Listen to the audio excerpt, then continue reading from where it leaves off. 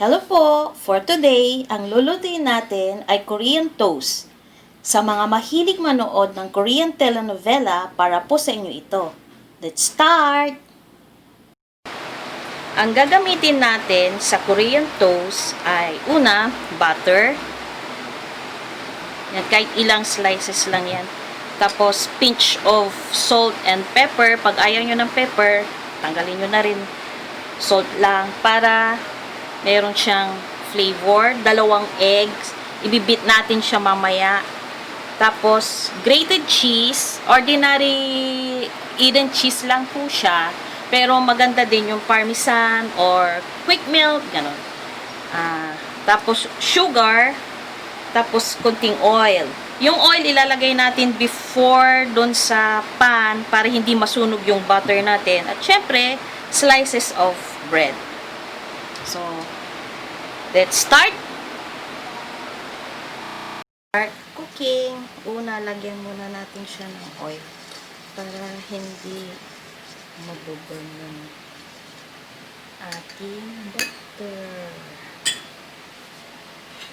So, natin ang butter.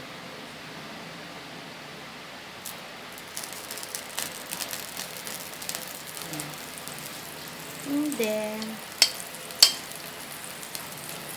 milk muna natin siya.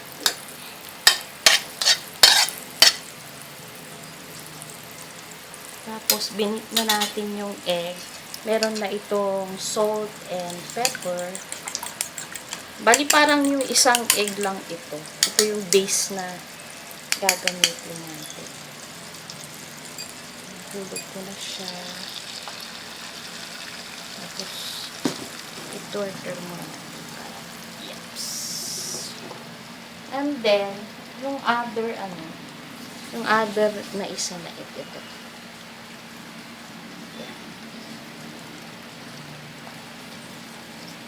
Okay.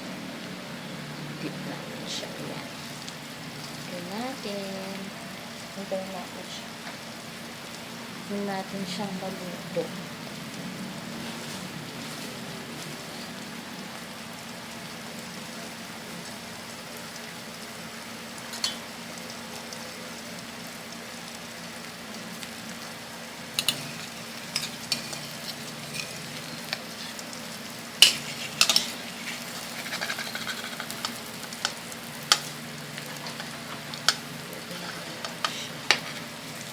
Good luck sa pag-tip.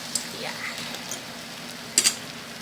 And then, lagay natin ng cheese.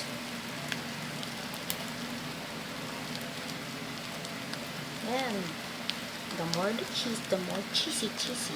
Tapos, sprinkle natin siya ng sugar. Pwede din gumamit kayo ng brown sugar.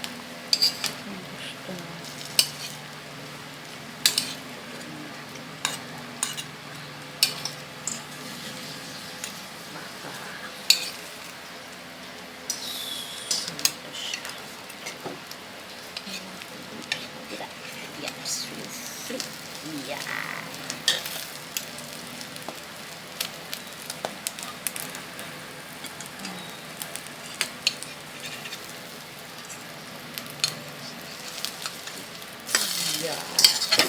Yan, ganda ng pagkaka-brown niya. So, kung adik kayo sa butter, lagyan niyo pa ng butter yan. Para mas sarap siya. Yan. So, adik sa butter. Yan.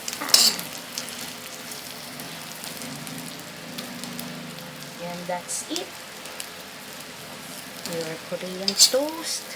Masarap siya. Ito yung lagyan nyo pa siya ng sugar. Okay? So, there you go ang aking version ng Korean toast. Masarap sa almusal, merienda, or pambaon. Kung nagustuhan nyo ang video ito at gusto nyo pang makakita ng iba, hit like and comment below.